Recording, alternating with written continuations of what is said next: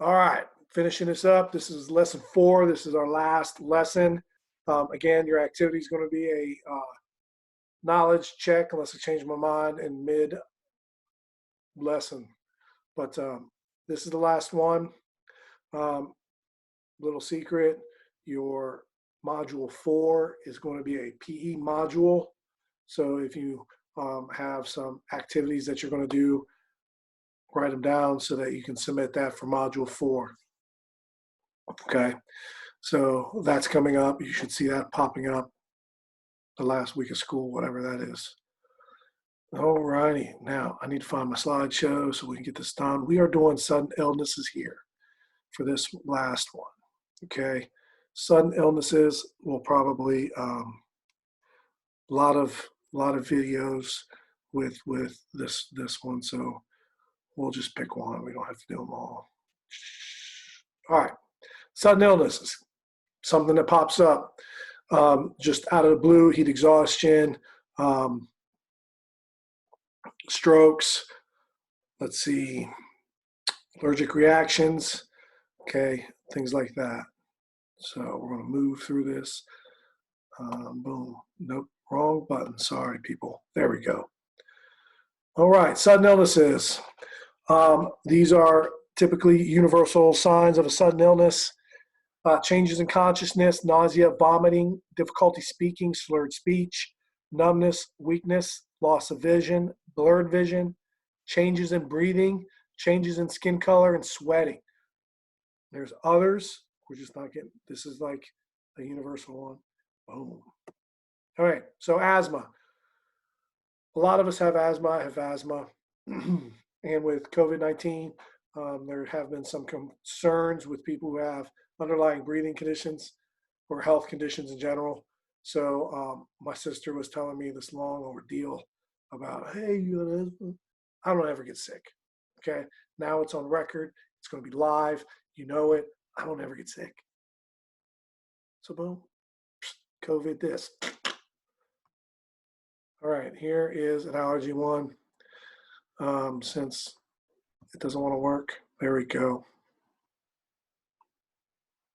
People with asthma may have difficulty breathing when they are exposed to certain substances or conditions called triggers. Common triggers include exercise, temperature extremes, air pollution, strong odors, allergies, respiratory infections, and stress. Exposure to the trigger causes the airways to swell and become narrower, making it harder for air to move in and out of the lungs. Signs and symptoms of an asthma attack are similar to those of any other breathing emergency and include wheezing or coughing, rapid shallow breathing or trouble breathing, being unable to talk without stopping for a breath in between every few words, anxiety and fear, sweating. A person with asthma can minimize the frequency of asthma attacks by avoiding triggers and taking prescribed long-term control medications. But when an attack occurs, prompt action is needed to open the airways and restore normal breathing. The person will most likely have a prescribed quick relief or rescue medication to use in the event of an asthma attack. Encourage the person to use his or her quick relief medication as directed by his or her healthcare provider, assisting if needed and state or local regulations allow. Call 911 or the designated emergency number if the person's breathing does not improve within 5 to 15 minutes after taking the medication, or if the person becomes unresponsive. Monitor the person's condition until the person is able to breathe normally or until help arrives. Okay. So yes, if any of you've noticed in my backpack that I carry to school, I have my inhaler. I take it pretty much everywhere I go. I have one in my gym bag. If you're an athlete with asthma, it is a great idea, especially if I think I let my doctor know, and they gave me one to give to our trainer. Now, you being at the middle school don't necessarily have a trainer that goes with you to games, but every athletic team has a training bag, and there should be an inhaler for you if you need to, but you have to supply that, okay? Because they're prescriptions. So your doctor asks for, before your season starts, if asthma is an issue or concern for you, ask your doctor, hey, football season is getting ready to start, and um, I was wondering if I can get another inhaler to put in our training bag, so I have one in case I need it. In case I need it, okay. And then at the end of the year, we as coaches give that back to you. It's not something we keep because we don't use it. But if you need it and it's in a training bag, because the training bag goes everywhere the team goes. That way you don't forget it. We had an athlete my first year who carried his around, and I can't tell you how many times we found it on the field or in the gym or the locker room. Okay, you have tendency to leave it places. So if it's in the training bag, you know where it's at. Boom, you have it if you need it. Okay, so asthma can be kind of scary. Oh man, this thing stinks. Anaphylactic shock. Okay, we're going to do, this is an allergic reaction, and this is where EpiPens come into play. Okay, if you have, for example, for me, I teach lifetime wellness at the high school. So we cook food and make food and eat food. And if you have a food allergy, that's something I need to know. We've had a couple peanut allergies. We had one this year. Very aware of it. And he was allowed to be around it. He just couldn't eat it. Now, some people can't even be around it. Like the stuff can't be in the room. Okay. So then they'll get some kind of reaction, whether it's a rash, swelling, things like that. So we'll go ahead and watch this one, I think. Anaphylaxis is a severe allergic reaction that can develop within seconds or minutes of being exposed to an allergy trigger or allergen. A person who is experiencing anaphylaxis may have trouble breathing and go into shock.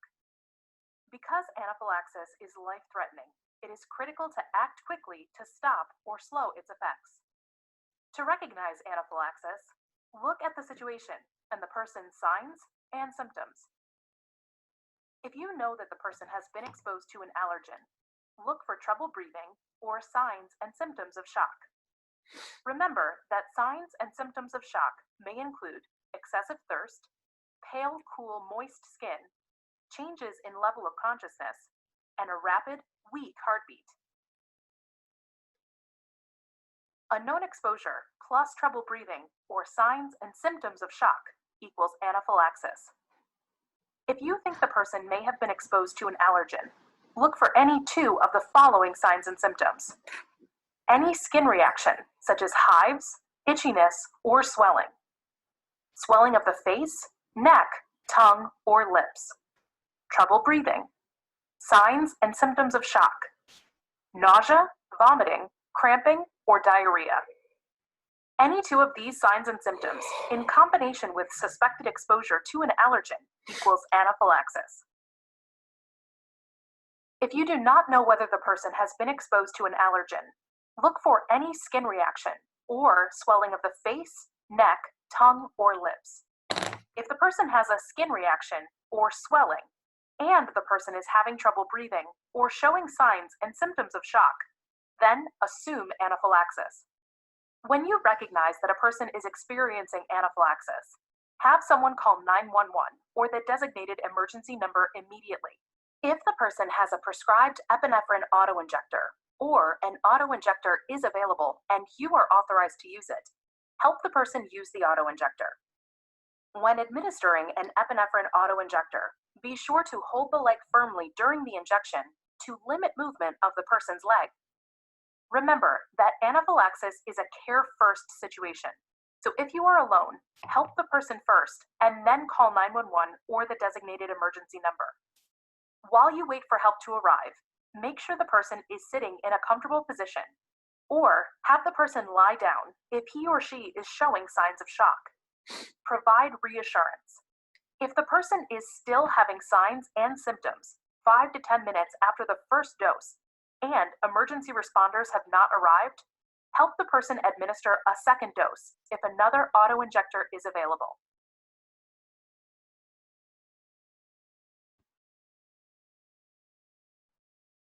Okay, now that's really important. The as a responder, if they have an epinephrine pen, an EpiPen, help them administer it. You're going to follow the directions on the EpiPen, and you don't have to worry. An EpiPen is basically a big needle with medicine in it. Okay, and then you take the cap off, take the safety thing off, and you stick it in your dominant hand, and you put it in the same leg in the side. That injector will go through like jeans, so you don't have to take any clothing off, unlike the AED. Okay, the injector will go through the clothing. Okay, you hold it in there, it'll administer the medicine, and then when you take it out, it'll have a piece, like a safety piece that comes out. So you will never come in contact with the needle. Okay, now there's a couple other EpiPen or epinephrine injectors. We typically let you play with a couple of the trainers, but of course we are not in school, so we can't play with those. So next year, as 8th graders, you might, if you're taking a high school health class, you might be able to play with those. The other important piece as a responder, as soon as you inject that medicine, you need to look at your watch and see what time it is, because that'll only remain effective for, I think she said 10 minutes on here, and then you'll have to do it again with the second one if there's one available. If not, then try to keep that person calm and care for anything that you can care for until EMS arrives, okay? So if any questions about anaphylactic shock, Flipgrid, ask it, data scenario, we'll answer it. All right, moving on. Fainting, nothing you can do here. Okay, if somebody faints, it's a temporary loss of consciousness. Blood pools in the lower body, so you're going to want to raise their feet. So you put something under their feet to raise their feet up to keep the blood going back to the heart. This is a self-correcting condition. So when they come to, they do need to go see a doctor, okay? Because if you're fainting, there's something's wrong, and that's a sign of something possibly more serious. So a doctor needs to get involved, okay? So that's fainting. Just if you're close, protect their head from hitting the ground. Diabetic emergencies. This only applies to people who are diabetic. Have them test their blood sugar. If a person's a known diabetic, they probably have instruments or tools on them that will test their blood, their blood sugar. Most cases, just giving them juice or some type of sugar water or something will help bring their insulin to a normal level. And then that takes care of that. And then they can be monitored, by the nurse or the doctor. Okay, so give them something with sugar in it, have them test their blood if they have that stuff, and then go from there for diabetic emergencies. This is very, very common. Okay, diabetes is very common. Seizures. Okay, there's a couple things with seizures. Can happen because of injury, a disease, or fever, poison, infection. But a seizure, if you've seen one, it can be very, very scary. And it can be a full-fledged convulsing on the floor, or it could be something as subtle as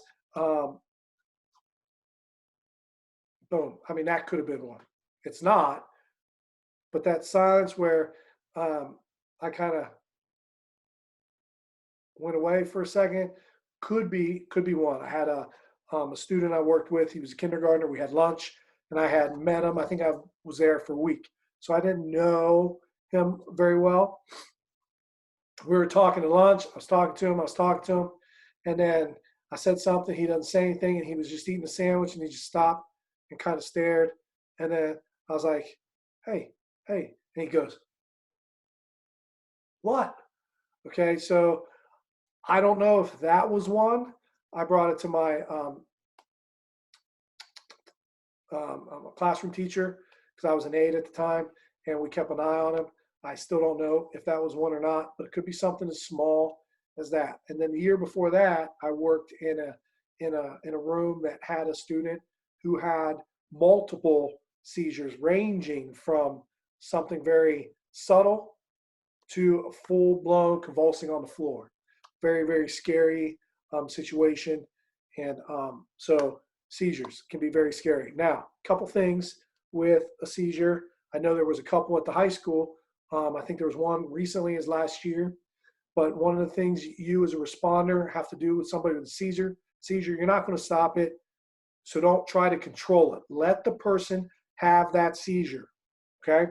Take a sweatshirt, like I'm wearing a sweatshirt, I take this off, put it under their head so they're not banging their head on anything around. If we were in my classroom, we would move those tables and desks so they had room to have their seizure. The one thing you never do, don't ever put your finger or anything else in their mouth. Nothing goes in their mouth, okay? Because if they bite down, you're not going to have a finger, okay? So nothing in their mouth, nothing, nothing, nothing. And then call 911, okay? Nothing in their mouth. Let them have the seizure. Protect them from the surrounding objects, from them banging on them. Move them out of the way, something under their head, and nothing in their mouth. All right, moving on. Okay, a stroke. It's a brain attack. It's a blockage in the brain. Okay, so blood can't get there. Some signals: weakness or numbness on one side of the body. Okay, difficulty speaking or slurred speech. So something simple, the sky is blue, they may say, the sky is blue. Okay, something crazy like that. Sudden dizziness, blurred vision, severe headaches. Okay, think the acronym FAST. Okay, so FAST stands for, the F is face, have them smile. Okay, I can't really do it, but if they smile and one side's down, so they only have half a smile and the other one's kind of not working right, that's a sign of a stroke. Arms, have them raise both arms. Okay, so both arms up. If one is weaker than the other, that's a sign. Okay, speech, simple sentence. The sky's blue. Listen for slurred speech. Okay, something like that. The sky is blue. Okay, sign of a stroke. And then time. Time is very important. Look at your watch. Look at your phone. Call 911, and then on your outgoing calls, we'll have a time, but you need to know the time that you notice these signals or these symptoms starting. Okay, if medicine is given by a doctor within a certain time frame, it minimizes the effects of this stroke, okay, which could be massive. All right, so here's the video on the stroke. I got other ones on this one. It's better. If you think someone might be having a stroke, conduct a FAST check. F stands for face. Ask the person to smile. Does the person's face look uneven, or is there drooping or weakness on one side? A is for arms. Ask the person to raise both arms in front. Does one arm drift downward or appear to be weak? S means speech. Ask the person to repeat a simple sentence, such as, the sky is blue. Does the person have trouble speaking, or are the words slurred? T equals time.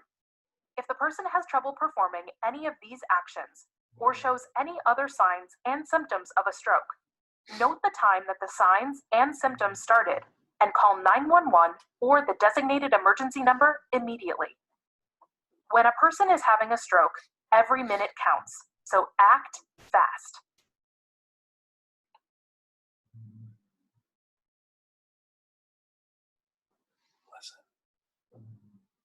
I don't know if you can hear it.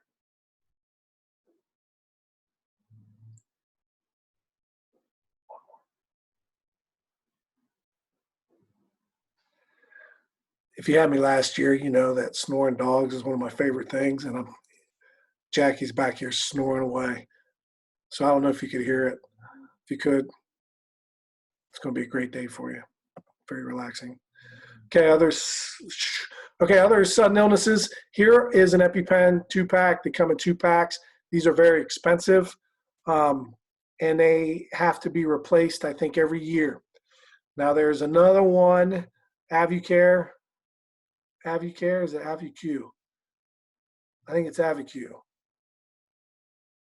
I can't remember, but it's a different one. And that one actually talks you through, like the AED will talk you through the injection if you were to forget how to do it or we're freaking out a little bit.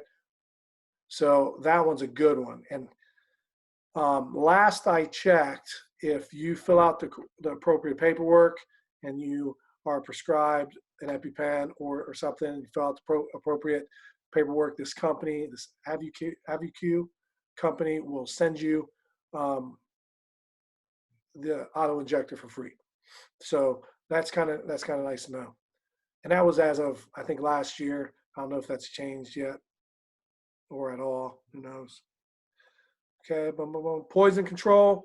If you find somebody who has had a poison, 222 is poison control. So just because I think one of the teachers posted a meme about it the other day was Tide Pod challenge. If somebody ate Tide Pod and was convulsing or something, I would call poison control because you're not supposed to be eating those things.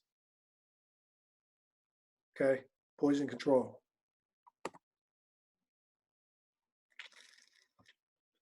Heat emergencies. Okay, there's 3 heat emergencies, and these 3 are steps. So the first one leads to the second one, leads to the third one. Make sense? So the first one's not as severe, the third one's most severe. So heat cramps is the first sign that you're not dealing well with the heat. Okay, you're having trouble with the heat, painful muscle spasms. It is the beginning, the warning sign. So as long as you know, and if anybody's had a cramp, you're coming out of the game. Okay, so if you watch sports, I know it wasn't last year, definitely wasn't this year. Might have been 2 years ago. LeBron James got cramps. He had to come out. Now, we don't have a team doctor that's at the game. We can't get electrolytes put in and have it, have an IV ready to go like they can. You get a cramp during a competition, say like we're playing football and I'm coaching, you come to me with a cramp. I mean, you're not going to come to me. You're going to be screaming on the field. On a cramp, your day's over. You're not going back in because you can't get rid of that cramp fast enough. The fluids, the electrolytes don't get in your body. So you're done. That's why we harp on hydrating before athletic events, especially when it's going to be hot. So you baseball, softball, track, all those summer, football when it starts, all those sports, if you're playing outside with your friends, make sure you're drinking water. Heat exhaustion is the next step. Okay, your skin's going to be cool, moist, and pale. You'll have headache, nausea. You'll probably be dizzy, feel a little weak. You need to come out of the heat. Any extra clothes you have on need to come off. Okay, and take little sips of water. Don't chug the water because you'll probably throw up. Okay, so little sips. Best place to go is be in a cool room. Okay, air-conditioned house, air-conditioned car. If none of those are available, in a shade. Okay, heat stroke, serious. Call 911. Boom. Right then and there, 911 needs to be on the way. You're going to have a high body temperature. Your skin's going to be red. You're going to be in and out of consciousness. Okay? You're going to have a weak but quick pulse. Breathing's going to be shallow. You're going to be confused, vomiting, potential seizures, things like that. Okay? So here's the video on that. Heat-related illnesses are caused by overexposure to heat and the loss of fluids and electrolytes. In order from least to most severe, the heat-related illnesses are heat cramps, heat exhaustion, and heat stroke. Heat cramps, which usually affect the muscles of the legs and abdomen, are caused by the loss of fluid and electrolytes due to sweating. Heat cramps are often the first sign that the body is having trouble with the heat. If not addressed, heat cramps can turn into heat exhaustion or heat stroke. To give care for heat cramps, help the person move to a cool place and sip a drink containing electrolytes and carbohydrates. A commercial sports drink is best, but if that is not available, you can give coconut water or milk, or if these are not available, water. Lightly stretch and massage the muscle. When the cramps stop, the person usually can resume activity. Encourage the person to drink fluids and stay hydrated, and watch the person carefully for additional signs or symptoms of heat-related illness. Heat exhaustion occurs when fluids lost through sweating are not replaced. The person's skin will be cool and moist, and either pale, ashen, or flushed. The person may complain of a headache, nausea, dizziness, and weakness. To give care, move the person to a cooler environment with circulating air. Loosen or remove as much of the person's clothing as possible. Cool the person's body by applying cool, wet cloths or spraying the person with cool water. Fanning the person may also help. If the person is responsive and able to swallow, give the person a cool drink. Remember, the fluids to offer in order of effectiveness are a commercial sports drink, coconut water or milk, or water. Encourage the person to take small sips rather than gulping the drink down quickly. If the person's condition does not improve or the person is unable to take fluids, has a change in level of responsiveness, or vomits, call 911 or the designated emergency number. The person should not resume activity for several hours after all signs and symptoms have been resolved and the person is adequately rehydrated. Heat stroke is life-threatening. The person will have mental status changes, such as confusion or loss of consciousness, and may have trouble seeing. The person may vomit or have a seizure. The person's skin will be hot to the touch. It may be wet or dry and appear red or pale. The person's breathing may be rapid and shallow, and the heartbeat may be rapid and weak. Call 911 or the designated emergency number immediately and take steps to rapidly cool the body. Immerse the person up to his or her neck in cold water if you can do this safely.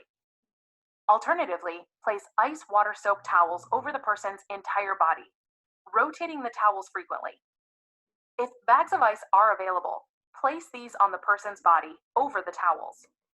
Apply rapid cooling methods for 20 minutes or until the person's condition improves or EMS personnel arrive. All right. Heat stroke, life-threatening, 911. Okay. Cold emergencies. Okay, there's two cold emergencies. Okay, if you're writing this down, you have frostbite and hypothermia. Okay, so hypothermia, that's the key. If you're writing this down, underline that O.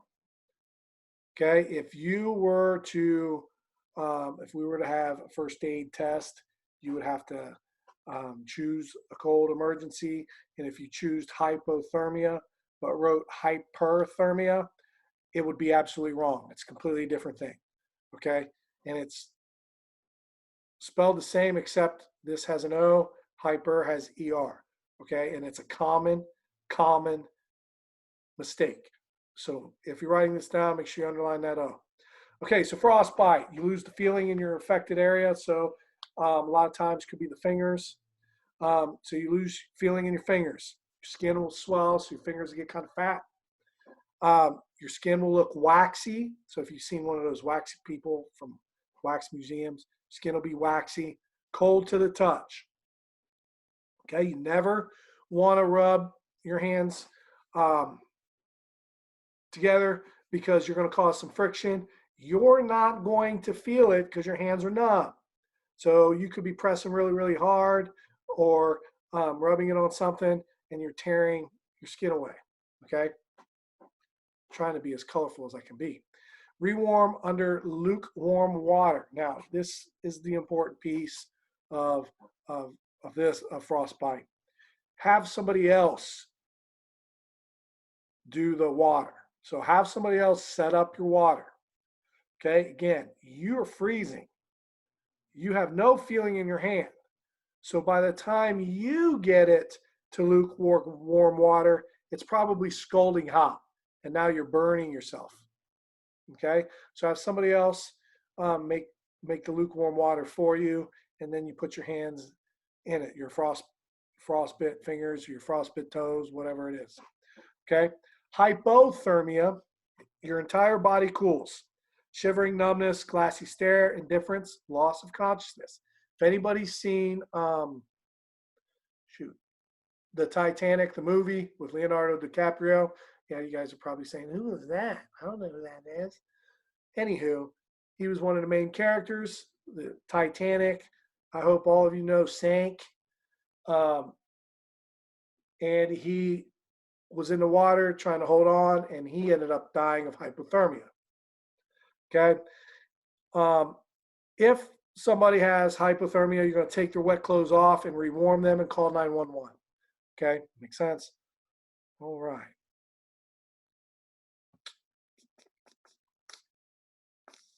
Burns. Ouchie. Okay. 3 degrees of burns. You got 1st-degree burns, 2nd-degree burns, 3rd-degree burns. What are the difference, Mr. McAllister? I'm going to tell you. So the 1st-degree burn, just the top layer of skin, becomes red and dry. Painful, heals within a week. These are like your sunburns. Okay, your first, you're out in the sun too long, light sunburns. Okay, cool with water, dry, wrap loosely.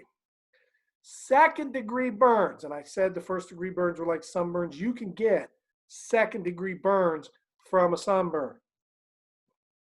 So the top layers of skin get burned. The red, painful. You get blisters, last 3 to 4 weeks, and it lasts every bit 3 to 4 weeks.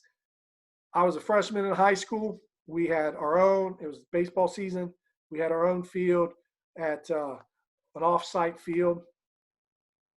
But we had we were lucky. We had 2 games on our varsity field, and we had a beautiful varsity field. Grew up in Dublin Kaufman, so we had, at the time, it was one of the top baseball diamonds in the state. Okay, spoiled rotten. I was out cutting the grass. I cut my yard, and I cut one of our neighbor's yard, and it was the first warm day of the year, and so I was out there getting my tan on while I was working. Ended up getting sunburned, had blisters across the top of my back. Okay, most miserable thing, you can't pop them. They pop on their own, so you don't want to wear any nice shirts. So I had a undershirt on. I had to go to school because it was game day. You had to be at school for game day or you didn't play. We were going to play on the varsity diamond. Went, all I wanted to do was go home. And we weren't lucky enough to have these light jerseys that the players get now. We had these heavy, thick jerseys.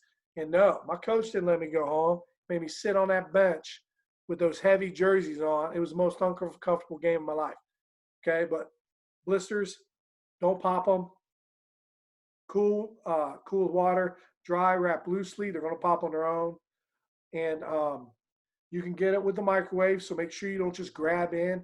I had one on my finger because of the microwave in my high school class. Okay, so it happens. Okay, so careful. 2nd-degree burns. 3rd-degree burns. Okay, destroys all the layers of the skin, sometimes the fat, sometimes the muscles, sometimes the bones, depending on how severe that burn is.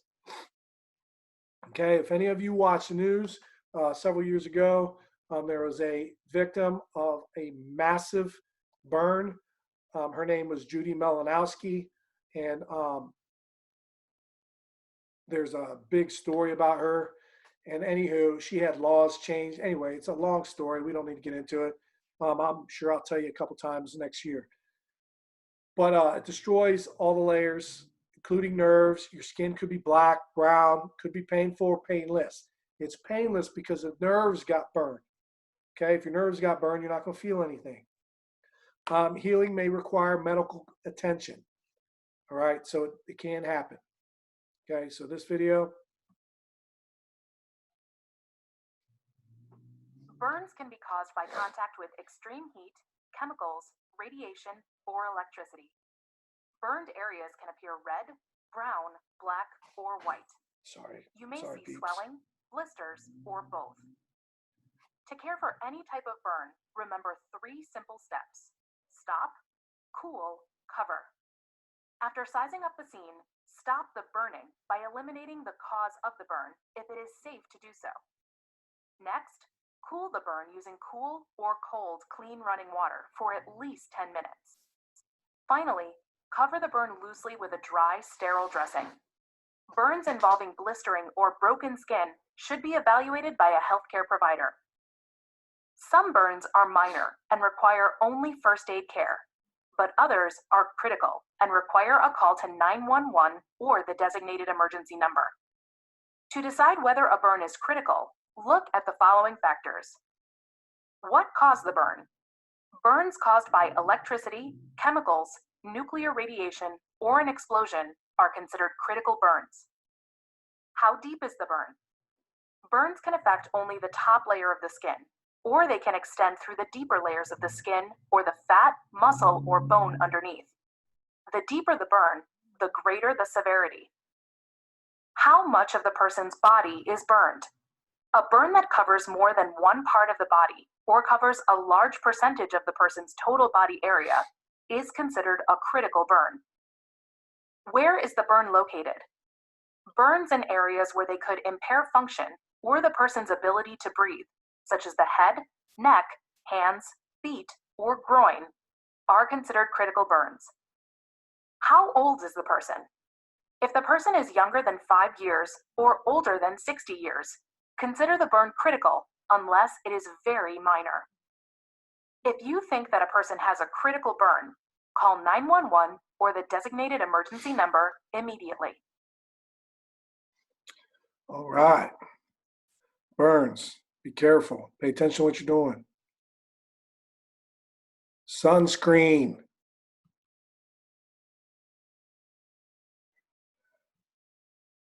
Bleeding. All right, so bleeding. An open wound is a skin. The skin is cut. Bleeding is coming out, so there's blood coming out. That's an open wound.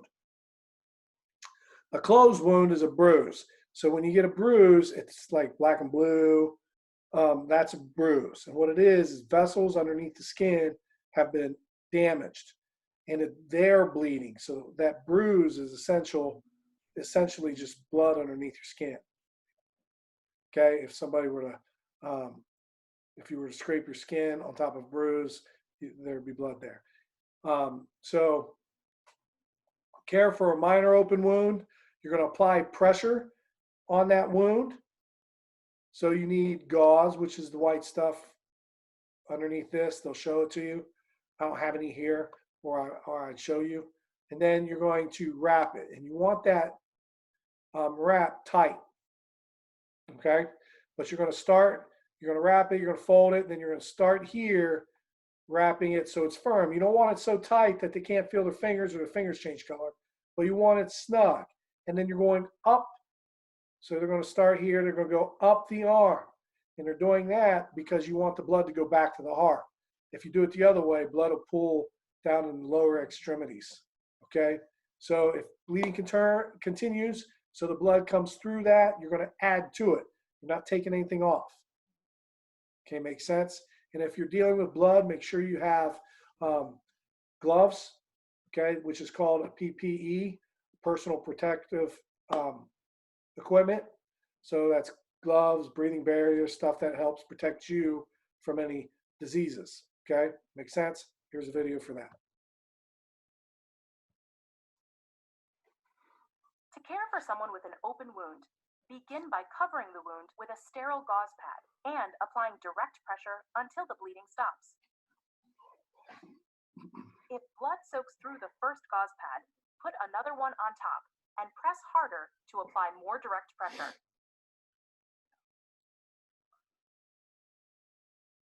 It may take several minutes for bleeding to stop. Do not remove any gauze pads. If the bleeding does not stop, call 911 if you have not already done so. Continue to care for the person and monitor for shock. So I'm going to check your circulation, okay? Okay. I need you to replace my hand right here. Very good. Just like this? Yeah. Okay. Once bleeding is controlled, check for circulation beyond the injury. Note the temperature and color of the skin and ask the person if there is any tingling or numbness. Any numbness or tingling of any kind? No. Okay. So I'm just going to get a bandage. Okay, I want you to just hold that for a moment, all right? Okay. Place the end of the bandage on the dressing at a 45-degree angle.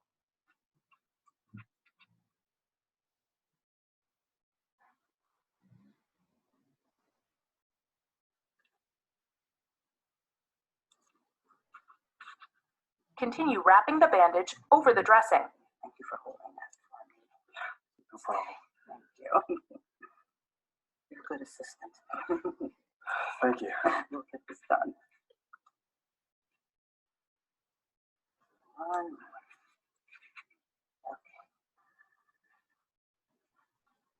Once the dressing is covered, roll out the remaining length of bandage. While holding the bandage, use the index finger of the other hand to split the bandage in half, moving it down and underneath the limb. Bring up the two ends of the bandage and tie them in a bow or a knot.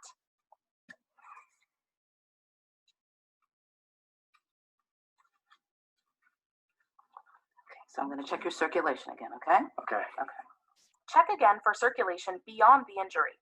If there is any change, the bandage may be too tight, and you will need to carefully loosen the bandage. Feel any numbness or tingling or anything like that? No. After the bandage is appropriately applied, remove your gloves and wash your hands.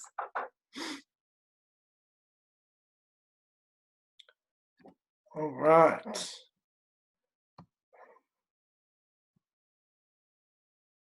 Concussions are rattling of the brain. Need to see a doctor for that. And then the doctor is going to give you a protocol, but your everyday life changes for a little bit when you have a concussion. Hands only CPR. Basically, that the only thing you're doing different is you're not stopping at all, and there's no breaths.